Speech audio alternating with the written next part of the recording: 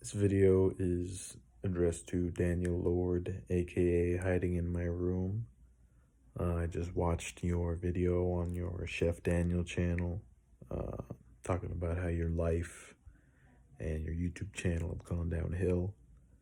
Now I just want to say up front, I would regretfully consider myself a fan. I would reluctantly consider myself a fan. I've been watching you since I think 2019, around when the whole sex doll debacle happened. It was around then, and yeah, ever since I've been endlessly entertained by all your antics, your personality, kind of learning about your background, kind of getting a full picture of just kind of the weird dude that you are through your videos. So, on a personal level, I will probably you'd have to do some kind of you'd have to like stop actually vlogging, I think, for me to stop watching your videos. That's how much of a fan I would say. You'd have to start like exclusively talking about the stock market or like some kind of stupid bullshit. But just hearing what your mind comes up with, living like the weird, isolated lifestyle where you kind of don't do that much, is kind of interesting to me, because I personally find you fascinating and like you know. It's like a specimen. I don't know. That's kind of weird to say, but I think you know what I mean. Specimen of humanity. But the average person does not think like that. All right, I'm a weirdo. All right, you probably gathered as much yourself. All right, but the average person, they're not going to be interested in just you rambling about your past mistakes and like that kind of stuff. And I think I can help you out with finding more of a direction, what to do, maybe even for your normal life as well. Because you kind of at the end of your rope. I know you got social anxiety.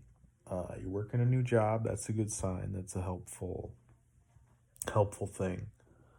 And you're trying to improve your social skills. So that's also good. But I mean, if you want a short answer, if you want to have a more successful YouTube channel, as long as you're making vlogs talking about your life, you gotta actually do some stuff, man. I mean, and you recognize that as well. But, you're kind of stuck with the whole travel vlogger thing. Now, I understand that that's a pretty easy method of content creation for you because you live a very sedentary lifestyle for the most part. Generally just kind of staying in your room, even when you go to other countries for the most part, again. But even just doing that, you can still make a video being like, what I love about living in whatever country, or what I hate about living in whatever country I'm in. And you can just talk about fucking going to the grocery store to buy dinner or whatever. You can be like, I like it, it's pretty good, or it's a bit poor, I don't enjoy it. There's a lot of poor looking men around, I'm scared of them. So it's easy for you to make videos that'll probably be relatively successful, with that formula.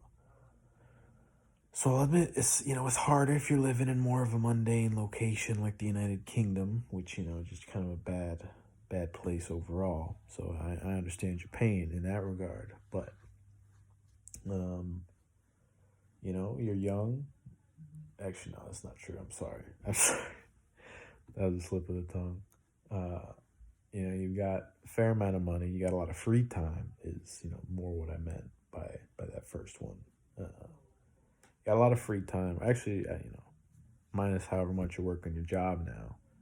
but you have the money to afford to just do wacky shit or whatever in London or wherever else in England. There's random shit to do. Go to a museum, go to a amusement park, go to a fucking escape room or like something like that. Concert, music festival, food festival thing. Like, I don't know. I mean, I'm sure there's a lot less of that with COVID right now, I guess, actually. Although maybe not, since the UK is kind of fucked. But any kind of activity such as that will greatly increase your viewer base outside of hardcore fans such as myself and a few others, about 10,000 others, usually. And yeah, you can use similar clickbaity titles, that are still somewhat honest. You can be like the craziest escape room in London, or like the weirdest museum in all of Britain, or something like that. And I think that would also, give you more experiences to talk about in general. Something wacky also could happen on any of those outings, or you could meet somebody, or any kind of enriching thing, both socially and for your channel, could come out of any of that kind of content. So I personally think that's kind of the way that you should go. Maybe focus less on trying to get a new girlfriend. I remember there was a point where around when Mila broke up with you, you said you were seeing a therapist. I think you said you saw him like one time. I think that might be wise to consider trying again, maybe. More than one session would probably be helpful if you can find, a good therapist, obviously. And yeah, maybe not be going after so many, 20-year-old girls. Just generally not good. So yeah, that's most of my advice, Daniel. I hope you at least stuck around for most of it. I hope you will, take to heart what I said.